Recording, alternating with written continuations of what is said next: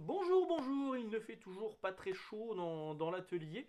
Je suis en plus coiffé comme un dessous de bras. Je suis coiffé avec une croûte de pain, comme peuvent dire certaines personnes du 62.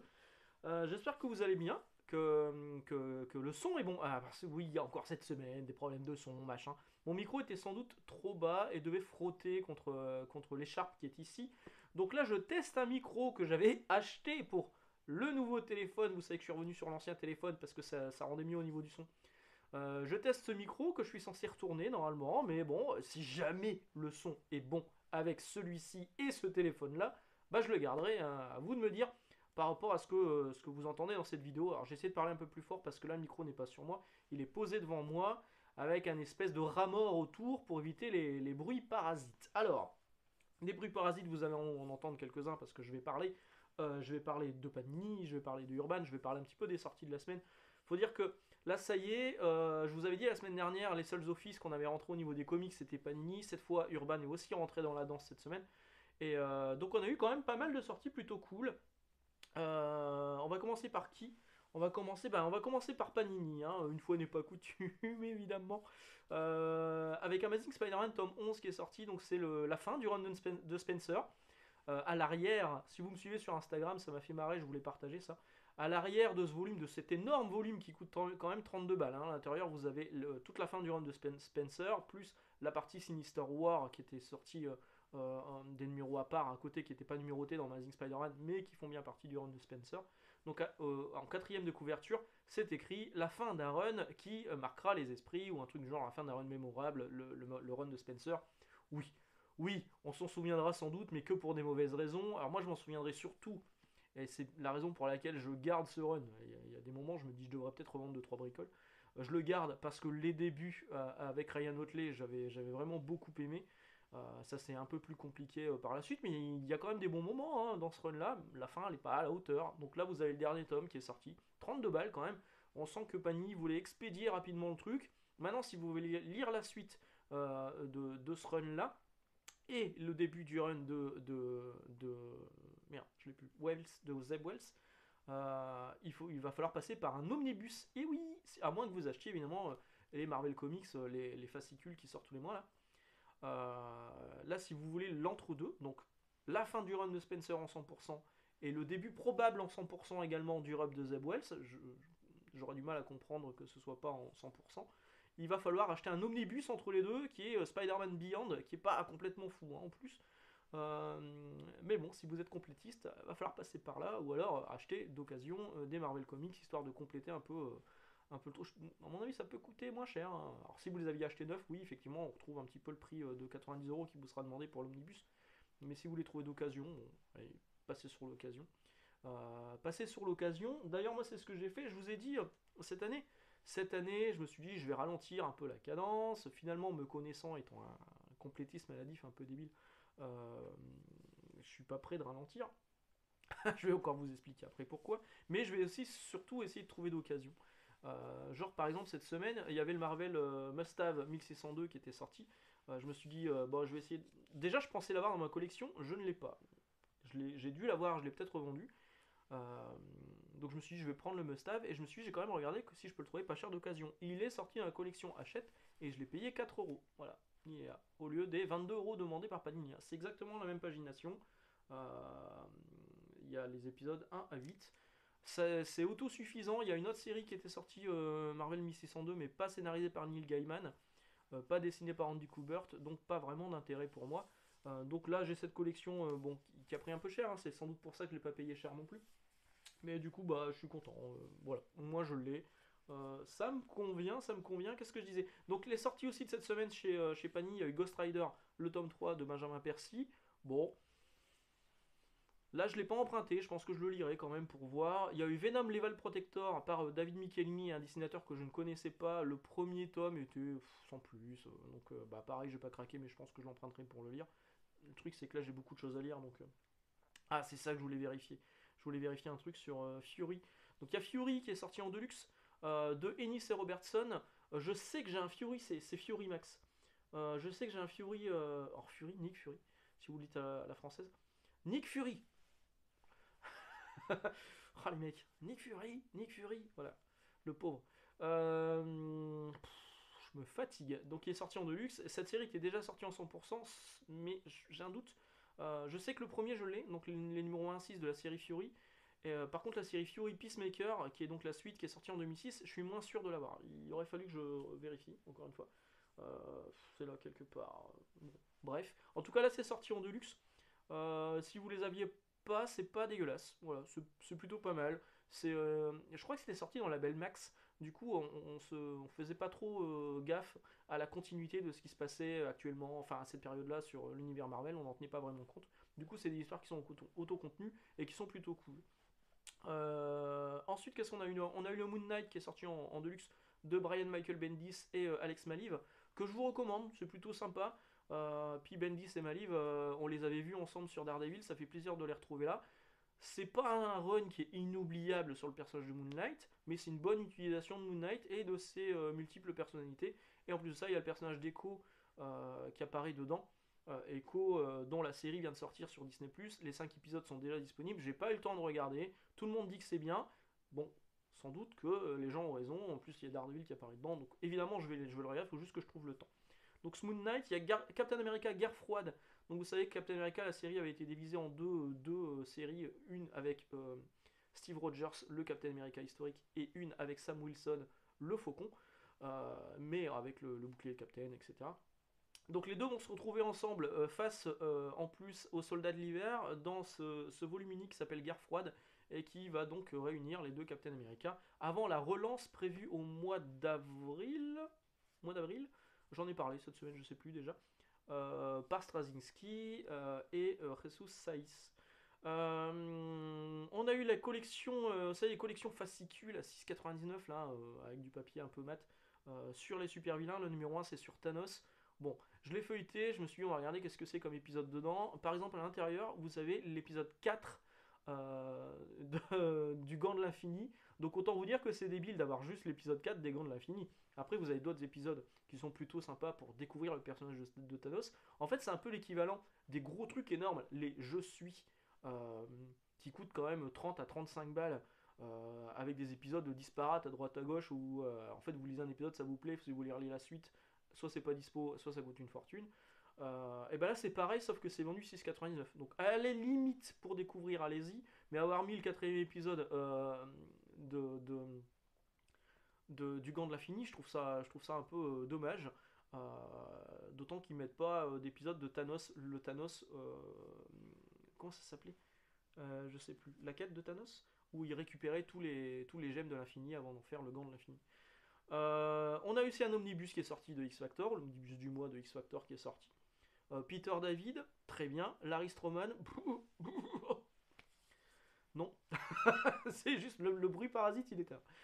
Non, non, non, non. Larry Stroman, pour moi, c'est dégueulasse. Enfin, je n'aime pas du tout Larry Stroman. À l'époque où je les avais lus, je me disais, ouais, c'est plutôt sympa, l'idée est cool et tout. Mais alors, le dessin, c'était pas possible. Alors, heureusement, il n'y a pas que du Larry Stroman dans cet omnibus, il y a aussi du Joe Quesada, ça va. Mais ouais, Larry Stroman, non. Il y a des gens qui aiment bien, hein. Tout comme il y a des gens qui aiment bien Jaeli, moi j'aime pas Jaeli. Il y a des gens qui aiment bien Sienkiewicz. Désolé, j'aime pas Sienkiewicz, je sais, ça va faire jaser, mais bon, je suis plus à un bad buzz près, on va dire. Et donc l'omnibus de X Factor est sorti, personnellement, c'est non. Ensuite, on a eu un grand volume de Daredevil et Echo en édition Prestige pour 22 €. Donc pour une édition de Prestige, c'est pas trop cher. Il doit y avoir un loup. Bah, le loup, c'est qu'il n'y a que 4 épisodes qui sont tirés de la série Marvel Knights Daredevil, entièrement dessinés et scénarisés par David Mack. David Mack, bon, pour moi, c'est non, pareil, c'est non. Parce que je suis pas fan de plumes et de feuilles mortes collées sur mes pages. Voilà, voilà. Donc ça, c'était à peu près tout pour Marvel cette semaine. Ouais, c'est ça. Chez Urban, donc Urban les sorties d'Urban, c'est le vendredi. On a eu Flash Infinite tome 4.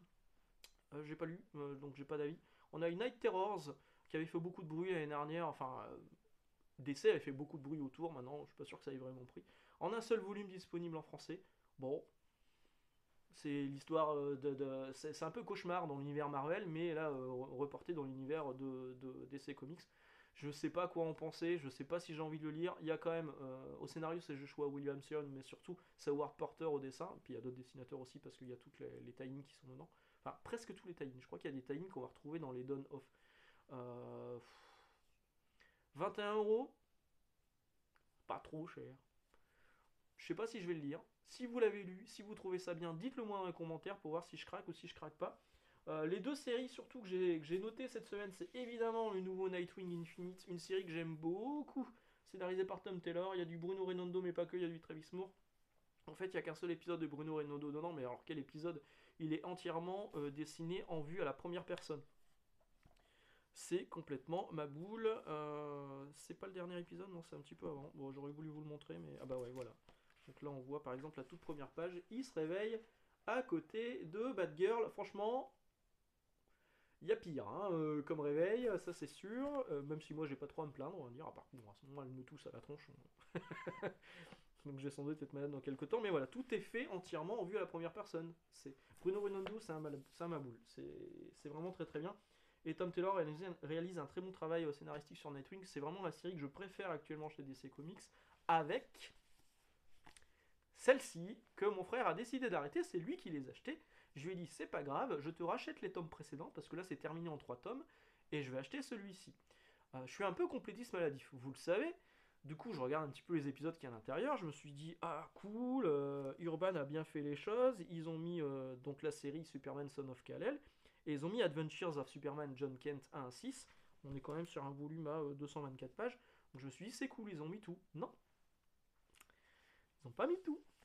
Il y a 3 épisodes qui sont en rapport avec le retour de Kal-El sur Terre suite à son aventure sur le War World. Euh, et ces 3 épisodes ne sont pas dans ce volume-là. C'est donc les 3 derniers épisodes de Superman Son of Kal-El scénarisés par Tom Taylor. Ils sont dans le volume de Superman Infinite numéro 6, je crois. Et du coup, je ne sais pas quoi faire. Le complétiste en moi se dit, oh, fait chier, il manque 3 épisodes pour avoir l'intégralité de la série, ça m'emmerde. Euh, mais j'ai pas envie de lire le retour de Kal-El parce que Warworld j'ai pas aimé et ça me gonfle. Ça me gonfle.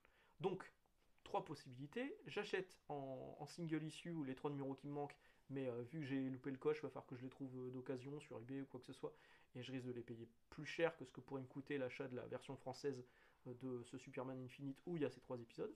Soit j'achète le TPBB, Trade Paperback US du retour de Kal-El où les 3 épisodes sont aussi à l'intérieur, donc là c'est pas juste une faute d'Urban, c'est également le cas comme ça aux États-Unis. Soit j'achète effectivement la version française de Superman Infinite tome 6 qui me reviendrait, qui coûtait 24 balles, mais comme j'ai une remise magasin, ça me coûte pas trop cher. Je sais pas, qu'est-ce que vous feriez à ma place? Ou alors je les laisse tomber, hein. Je pense que je vais emprunter le Superman Infinite à mon frère, parce que lui il les a achetés. Et je vais le lire, et puis je prendrai une décision à ce moment-là, voir s'ils sont vraiment indispensables à la compréhension. Déjà, je vais finir ça, voir si l'histoire se termine plutôt bien.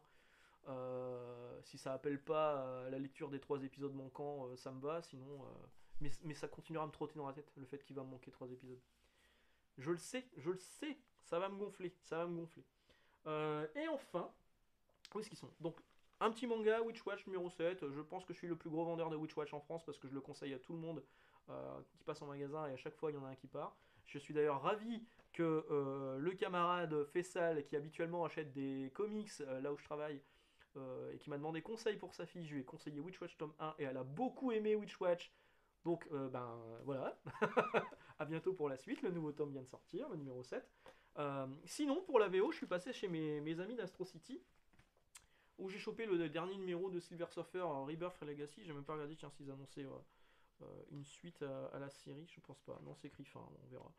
On verra, parce que c'est quand même la suite de... Donc il y a eu Silver Surfer Rebirth, il y a eu Warlock Rebirth, et là maintenant il y a Silver Surfer Rebirth Legacy, qui est donc la fin de cette espèce de trilogie par Ron Mars et Ron Lim.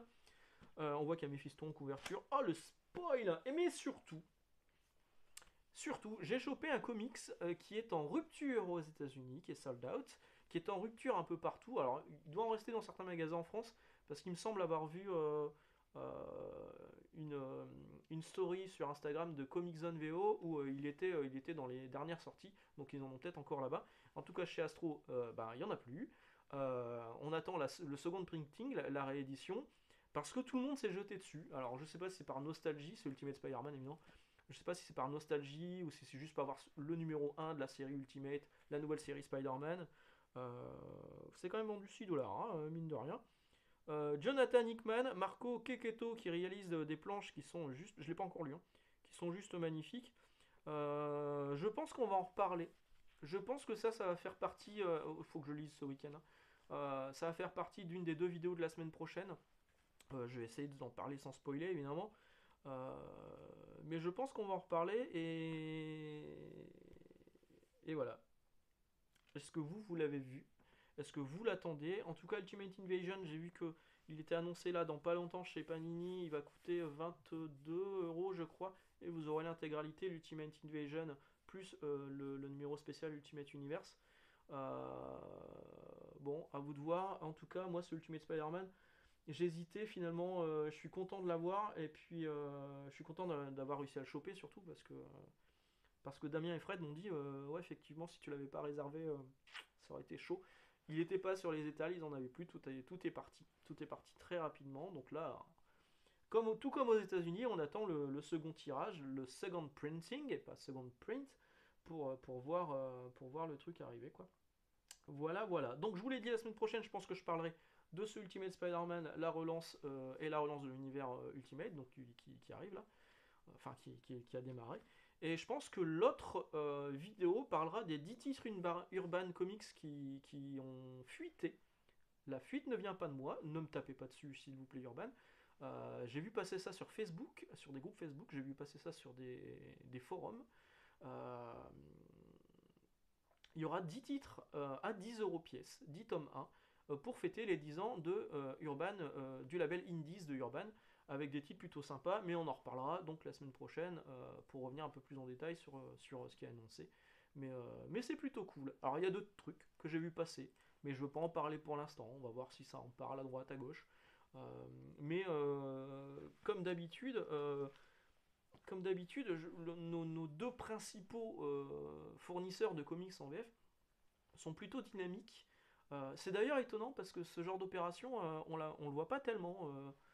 Enfin, si on le voit dans le manga, dans le franco-belge, je le vois pas tellement. Mais dans le manga, ouais, il y a parfois des trucs avec des bonus, tout ça. Et sur le comics, il y aura une opération qui va arriver aussi chez Panini sur Star Wars, où il y aura alors, il n'y a pas de prix, hein, par contre, hein. Là, c'est vraiment les prix de base, comme tels que vous pouvez les payer habituellement. Mais je crois que si vous en avez acheté deux, bah, vous avez un comics gratos en plus. Bon, voilà, c'est bien. Il y a d'autres trucs qui vont se faire aussi chez Urban, sans doute, hein, comme ils l'ont déjà fait l'année dernière ou à l'image du Batman Day, etc.